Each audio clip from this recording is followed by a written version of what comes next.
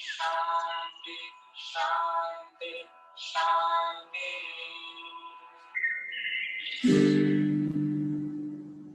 सभी को नमस्कार, आप सभी को प्रणाम और आप सभी के आशीर्वाद से हम श्रीमद् भगवत गीता के 6ठे अध्याय का आज अभ्यास करेंगे।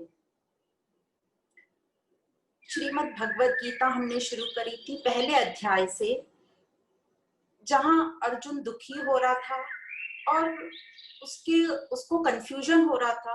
वो ठीक से सोच नहीं पा रहा था कि उसको क्या करना है, डिसीजन नहीं ले पा रहा था और इस सब का कारण था अज्ञान। तो सेकंड अध्याय में अर्जुन ने जब विनती करी श्री कृष्ण से कि मेरे लिए क्या श्रेयस्कर है वो मुझे आप बताइए, तो वहां पर श्री कृष्ण ने अपना ज्ञान देना शुरू किया। अब अर्जुन ने तो पूछा और अर्जुन के प्रश्न पूछने से हम सबको ये गीता ज्ञान मिला। श्रीमद् भगवत गीता ये क्या है और हमें ये क्या बताती है? तो श्रीमद् भगवत गीता हमारी क्षमताओं से, हमारी जो क्षमता है उससे हमारी पहचान कराती है। और मनुष्य के पास तो ये अपार क्षमता है, पर इस क्षमता को हम कितना यूज कर रहे हैं वो इम्पोर्टेंट है। कई बार तो हमें यही नहीं पता कि हमारे पास ये क्षमता है, और जब हमें पता चलता है कि हमारे पास ये क्षमता है, ये पोटेंशियल है, हमारे पास साधन है, पर उसे यूज हम कैसे करें वह हमें नहीं पता। तो श्रीमद् भगवत गीता बड़े ही सरल तरीके से, एकदम स्ट्रेट फॉरवर्ड, सिंपली एक यूजर फ्रेंडली गाइड है जो हमें प्रैक्टिकल तरीके से ये बताती है कि हम अपने जीवन के लक्ष्य, चाहे वो आध्यात्मिक लक्ष्य हो चाहे वो संसारिक लक्ष्य हो, उसको अपनी क्षमता से, अपने पोटेंशियल से कैसे प्राप्त कर सकते हैं। और जिसने भी ये अपार शक्ति, असीमित शक्ति जो हमारे पास है, उसका मूल कारण जिसने भी समझ लिया, उसने ये जान लिया कि ये कभी खत्म ना होने वाली शक्ति है, ये हमेशा आनंद देने वाली शक्ति है, हमें आत्मनिर्भर बनाने वाली है और ये आत्म बल प्रदान करने वाली है। तो श्रीमद् भगवत गीता दुनिया में सर्वश्रेष्ठ ग्रंथों में से एक है और गीता का यह कहना है कि हम संसार पर निर्भर नहीं कर सकते, हम उस पर डिपेंड नहीं कर सकते, क्योंकि संसार का तो स्वभाव ही है चेंज होना। संसार मतलब चेंजेबल। तो संसार से जो भी कुछ हमें चाहिए, जो भी हमें कुछ यूज करना है, हम उसे यूज करते भी हैं, इंजॉय भी करते हैं और वो करना भी है, पर उस पर हम डिपेंड नहीं रहेंगे। हम डिपेंड नहीं रहेंगे उस पर, तो हम स्वतंत्र रहेंगे, हम अपने आप को फ्री फील करेंगे, हमारी एक्सपेक्टेशंस नहीं रहेंगी, आशाएं नहीं रहेंगी उनसे, और हमारी आसक्ति नहीं रहेगी, पोजेशंस नहीं रहेंगे। फिर जो भी हम कर्म करेंगे फुल एंजॉयमेंट के साथ करेंगे, मजा लेकर करेंगे, न तो कोई उससे हमारी शिकायत रहेगी, न हमें कुछ चिंता रहेगी। तो संसार तो चेंज होगा ही, पर हमें ज्यादा फर्क नहीं पड़ेगा। हम संसार के सुरों के साथ चल सकेंगे और जिस प्रकार श्री कृष्ण ने अपना जीवन व्यतीत किया और हर श्री कृष्ण के हर कर्तव्य और हर एक उन्होंने जो भी कुछ पूरे जीवन में किया है उसको हम रासलीला बोलते हैं, तो हम भी उसी प्रकार मजे से एंजॉय करते हुए अपना जीवन व्यतीत कर सकते हैं प्लेफुल मोड में। तो हम भी अपने कर्तव्य बहुत ही एंजॉय करते हुए निभा सकते हैं। अब संसार में रहते हुए आनंद के साथ कैसे रहना, तो इसका तो एक ही तरीका है और वो एक तरीका बताते हैं कि अपनी दृष्टि अपने अंदर मोड़ लो, अपने अंदर देखो, turn your focus with in, look with in. और इसके लिए हमें चाहिए आत्म संयम, बैलेंस और शांति। अब हम लोग बोलते हैं कि हम आध्यात्मिक मार्ग पर चल रहे हैं, पर हमेशा हमारी दृष्टि बाहर रहती है। जैसे एग्जाम्पल हम देखें, हम कहीं भी बाहर जाते हैं तो बाहर से आकर हम क्या डिस्कस करते हैं? हम समझो मंदिर भी गए तो मंदिर से आकर हम क्या डिस्कस करते हैं? सबसे पहले तो वहां पर भीड़ बहुत थी, और भीड़ नहीं होगी तो वहां पर बहुत शांति थी, कोई भी नहीं था, आज तो मैं अकेला ही था दर्शन करने के लिए। फिर लोगों ने, किस तरीके के लोग वहां आए थे, पुजारी ने कौन सी आरती बोली थी, वो आरती उसने कैसे करी थी, और इससे भी ज्यादा हम देखते हैं भगवान की जो मूर्ति थी उसने आज कैसा श्रृंगार किया था, उसकी पोशाक कैसी थी, गर्मी कितनी थी, भीड़ में हमें कितने धक्के लगे। हम सब ये एक्सटर्नल, बाहरी बातें करते हैं, तो इससे पता चलता है कि हमारी आध्यात्मिक यात्रा शुरू नहीं हुई। अब इसके उपलक्ष्य में एक बड़ा ही अच्छा भागवत का दृष्टांत है। बालक ध्रुव का। जब बालक ध्रुव ने अपने पिता की गोद में बैठने की जिद करी और जो उसकी दूसरी माँ थी उन्होंने उसको अपने पिता के गोद से नीचे उतार दिया, तो बालक ध्रुव को इसका बहुत बुरा फील हुआ उसको कि मुझे अपने पिता की गोद में बैठना है। तो जो ध्रुव की माँ थी सुनीति, उन्होंने ध्रुव को ज्ञान दिया कि बेटा तुम ये पिता की गोद में बैठने की कोशिश मत करो, यदि तुम्हें बैठना ही है पिता की गोद में तो उस परमानेंट पिता की गोद में बैठो। और ध्रुव को ये बात समझ गई और वो ध्यान के लिए बाहर निकल पड़ा। जब वो ध्यान के लिए कोशिश कर रहा था तो उसको बीच में नारद जी मिले और नारद जी ने उसको ध्यान योग बताया। और जब ध्रुव जा रहे थे अपने घर से तब उनकी माँ ने उनको एक शब्द एक लाइन बोली थी कि बेटा जो भगवान है वो अपने अंदर ही होता है, तो हमेशा ये ध्यान रखना हमारा भगवान हमारे अंदर है।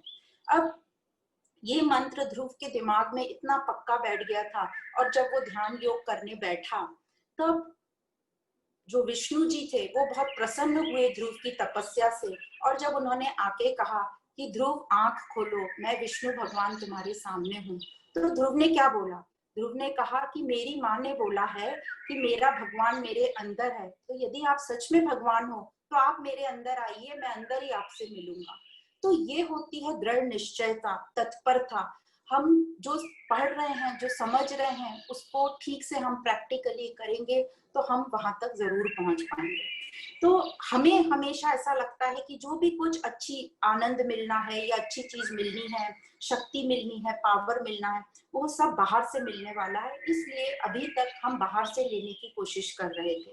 पर अब हमें ज्ञान से समझ में आ रहा है कि जो भी शक्ति है, जो भी बल है, आनंद है, वह सब मेरे अंदर है और मेरा स्वरूप ही आनंद स्वरूप है। मेरे ही भीतर मेरा आसरा, भूला मैं जाने कहाँ। तो ये एक भजन की लाइन है जो बताता है कि मेरे ही अंदर मेरा आसरा है और मैं पूरे संसार में उसको ढूंढ रहा हूँ। अब हमारी जो रचना हुई है, मतलब हम एक शरीर के अंदर हैं, एक शरीर और आत्मा, तो हम दो भागों में बटे। एक प्रकृति मतलब मैटर जो शरीर है, शरीर में आ जाता है मन बुद्धि, और एक आत्मा है। तो जो शरीर है वो तो चेंजेबल है, परिवर्तनशील है। हम खुद देखते हैं कि जो एक हम पुराने छोटे बच्चे थे और अब आज जो हमारा शरीर है वो कितना बदल गया, और हर क्षण हर दिन हमारा शरीर बदल रहा है। तो ये जो चेंजेबल शरीर है, प्रकृति है, इसके ऊपर हम कैसे डिपेंड कर सकते हैं जो चेंजेबल है? हम तो छोटी सी चीज भी खरीदने जाते हैं तो हम क्या पूछते हैं, भाई इसकी गारंटी कितना है, ये कितना चलेगी, एज इट इज रहेगी तो रहेगी ना, इसका रंग तो नहीं उड़ जाएगा, इसमें कुछ शाइनिंग कम तो नहीं हो जाएगी। और फिर जब हम ये शरीर की बात करते हैं तो शरीर तो पूरा चेंज होता जा रहा है हर पल, पर ये जो आत्मा है ये परमानेंट है और ये कभी ना चेंज होती है। तो हमने साथ उस परमात्मा, उस आत्मा के साथ रहना है जो परमानेंट है और कभी चेंज नहीं होती। तो अभी एक एग्जांपल बताते हैं कि कैसे हमको हम अपने शरीर के साथ बंधे हुए हैं और हमें पता ही नहीं है कि हम कितना आसक्त हैं अपने शरीर से और बाकी प्रकृति से। तो एक जो हैंडीकैप पर्सन था, एक अपंग व्यक्ति था, एक स्वस्थ व्यक्ति ने उस अपंग व्यक्ति से पूछा कि आपको कैसा फील होता है, आप हैंडीकैप हो, आप अपंग हो। तो अपंग व्यक्ति ने उत्तर दिया कि मेरा सिर्फ शरीर काम नहीं कर रहा है, पर जो मेरा मन और बुद्धि है वो एकदम स्वस्थ है, मैं एकदम मन बुद्धि से फिट हूँ और मैं स्वतंत्र फील करता हूँ, हैप्पी फील करता हूँ। पर जब मैं औरों को देखता हूँ तो मुझे महसूस होता है कि उनका शरीर तो एकदम परफेक्ट है, एकदम वो फिजिकली फिट हैं, पर वो मन बुद्धि से मुझे अपंग नजर आते हैं। फर्क इतना ही है कि मेरी अपंगता दिखती है और उनकी अपंगता नहीं दिखती। तो हमारे साथ भी कुछ ऐसा ही है। हमारा शरीर तो ठीक है, उसके लिए हम भगवान के शुक्रगुजार हैं कि कम से कम हमारा शरीर तो एकदम स्वस्थ है, पर मन बुद्धि जो हमारे हैं पूरी तरह जकड़े हुए हैं और हम ऐसे रह रहे हैं जैसे एक जेल में रह रहे हैं। पर जो जेल में रहता है इंसान, उसको पता है कि मैं जेल में कैदी हूँ और मुझे छूटना है, और तो वो अपने कुछ अच्छे कर्म करता है और जल्दी छूटने का प्रयास करता है। पर जो हम लोग हैं, दुर्भाग्यवश हमें समझ में ही नहीं आता कि हम एक जेल में हैं और हमें यहाँ से बाहर निकलना है। तो अब हमको समझ में आ रहा है कि हमारे बंधन का कारण क्या है। तो हमें अपने आप से ये वादा करना है, ये प्रॉमिस करना है कि इस बंधन से मुझे जल्दी से जल्दी निकलना है। अब इस बंधन से निकलने का रास्ता जैसे बताया, संसार में आनंद के साथ कैसे रहना है, तो उसका एक ही रास्ता है कि हमारा दृष्टि हम अंदर की ओर मोड़ लें। और इस अंदर की ओर मोड़ने के लिए हमें शांति की जरूरत है और संयम की जरूरत है। और यहाँ पर हमने दूसरे अध्याय से 5वें अध्याय तक पढ़ा कि हम अपने आप में संयमता कैसे लाएं, निस्वार्थ भाव कैसे लाएं, आसक्ति रहित कैसे हों, अहंकार रहित कैसे हों। और आखिरी में 5वें अध्याय के एंड में हमने ये पढ़ा कि हम भोगी से योगी, योगी से सन्यासी और सन्यासी से ज्ञानी तक की स्टेज में आए, और ज्ञानी तक आते आते अब हम ध्यान योग के लिए तैयार हैं। तो अंदर की ओर देखना मतलब ध्यान योग। तो ये जो छठा अध्याय है ये ध्यान योग के नाम से है। इसको आत्म संयम योग भी कहा जाता है, जिसको और इंग्लिश में जिसको हम मेडिटेशन बोलते हैं। तो मेडिटेशन का एक और मीनिंग है हीलिंग, अपने आप को हील करना। अब ध्यान योग की यदि हम बात करें तो ध्यान योग को यदि एक लाइन में हमको बोलना है कि ध्यान योग क्या है, तो वह है स्वरूपस्य सहजम भानम इति ध्यानम। स्वरूपस्य सहजम भानम इति ध्यानम मतलब अपने स्वरूप को, जो मेरा स्वरूप है, जो मेरा निजी स्वरूप है, उसको मैं सहज ही जान लूं, उसको भान लूं मतलब मैं जान लूं, वही ध्यान है। तो बहुत ही सरल तरीका है इसका, पर क्योंकि बरसों से हमने इसकी प्रैक्टिस नहीं करी है इसलिए हमें थोड़ी सी मुश्किल होती है इसे करने में। अब जो स्वरूप है मेरा वो है आनंद स्वरूप। अब जो मैं अभी जो जागृत अवस्था में हूँ, मुझे ये आनंद कभी फील होता है और कभी नहीं मिलता है, पर मुझे तलाश है उस परमानेंट आनंद की जो हमेशा मेरे साथ रहे, जो मेरा स्वरूप है। वो मुझे प्राप्त नहीं होता है, इसीलिए मैं बाहर देखती रहती हूँ कोई चीज कि कोई बाहर से मुझे आनंद मिल जाए। पर अब हमें समझ गया कि जो हमारा स्वरूप ही आनंद स्वरूप है, तो इस स्वरूप को मैं कैसे फील करूं। अभी जागृत अवस्था में कभी फील होता है, कभी नहीं फील होता है। और स्वप्न अवस्था, जैसे हमारी 3 अवस्थाएं, जागृत, स्वप्न और सुषुप्ति। जागृत मतलब वेकिंग, फिर स्वप्न मतलब ड्रीम, और तीसरी सुषुप्ति मतलब स्लीप। जो जागृत अवस्था है, जैसे अभी हम सब हैं, एकदम हम टोटली अवेयर हैं, पर यहाँ पूरे कंप्लीट हम आनंद फील नहीं करते पूरे अपने पूरी जागृत अवस्था में। और जो ड्रीम है, जो हमारी स्वप्न वाली स्थिति है, वो तो जैसे ही हम उठते हैं, सोकर जब हम उठते हैं नींद में से, जैसे ही हम अपना ब्लैंकेट फोल्ड करते हैं या चादर फोल्ड करते हैं, तो जो भी हमने सपने देखे होते हैं वो चादर जैसे फोल्ड हो जाते हैं और खत्म हो जाते हैं, हमें सपने ज्यादा याद भी नहीं रहते। और तीसरी जो अवस्था है वो है स्लीप, नींद जिसको हम बोलते हैं सुषुप्ति।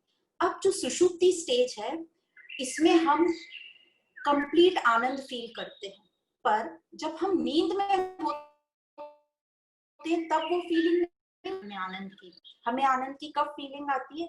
जब हम नींद से जागते हैं, जागृत अवस्था में आते हैं, तब हम बोलते हैं कितनी अच्छी नींद आई, मैं एकदम फ्रेश फील कर रही हूँ। तो वो जो नींद की आनंद की फीलिंग मैं कब फील करती हूँ? जब वो नींद पूरी हो जाती है बाद में। अब हमको एक ऐसी अवस्था चाहिए जो जागृत अवस्था में मुझे वो नींद वाला सुख दे, तो ये हुई मेरी आनंद की फीलिंग।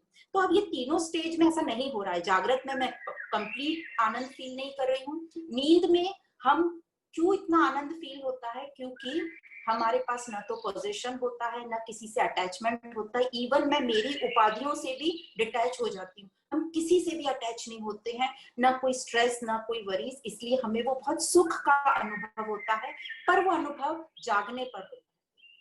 तो अब हमें एक 4th स्टेज कोई चाहिए जो कि जागृत अवस्था में वो नींद वाला आनंद मुझे प्रदान करे, और ये स्टेज है 4th स्टेज, जिसको बोलते हैं तुरिया स्थिति। तुरिया मतलब ध्यान वाली स्थिति, 4 मतलब तुरिया, इसलिए इस पेज को नाम दिया है तुरिया स्थिति।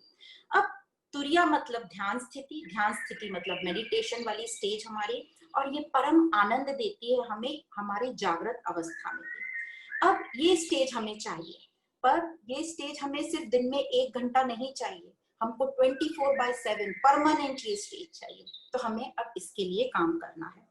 तो इसके लिए सबसे पहला जो रिक्वायरमेंट है वो है सन्यासी बोलते हैं। अब ये शब्द सुनकर यहाँ तक आते आते कई लोग गीता पढ़ना छोड़ देते हैं, क्योंकि उनको लगता है सन्यासी आ गया, अब हमारे से सब कोई छुड़वा दिया जाएगा।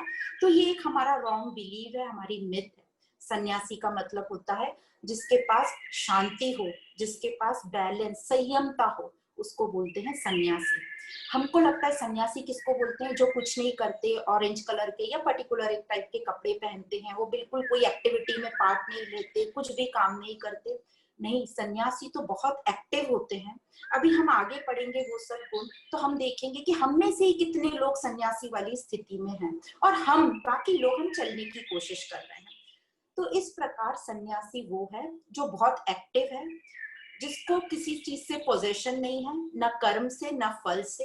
तो कर्म की और फल की दोनों की वो आसक्ति छोड़ देता है, आसक्ति रहित हो जाता है, उसके मन में शांति है, वो द्वंद्वों से ऊपर है और निस्वार्थ भाव में है।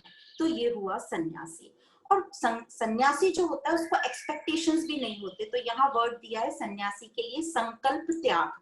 अब संकल्प हम क्या सोचते हैं, जो हम प्रॉमिस करते हैं या कुछ एक संकल्प लेते हैं, दृढ़ निश्चय। पर संस्कृत में एक ही वर्ड की बहुत सारे मीनिंग होते हैं, और यहाँ संकल्प का मीनिंग है जो अपनी एक्सपेक्टेशंस, अपनी आशाएं दूसरों से त्याग देता है। तो ये हुआ सन्यासी।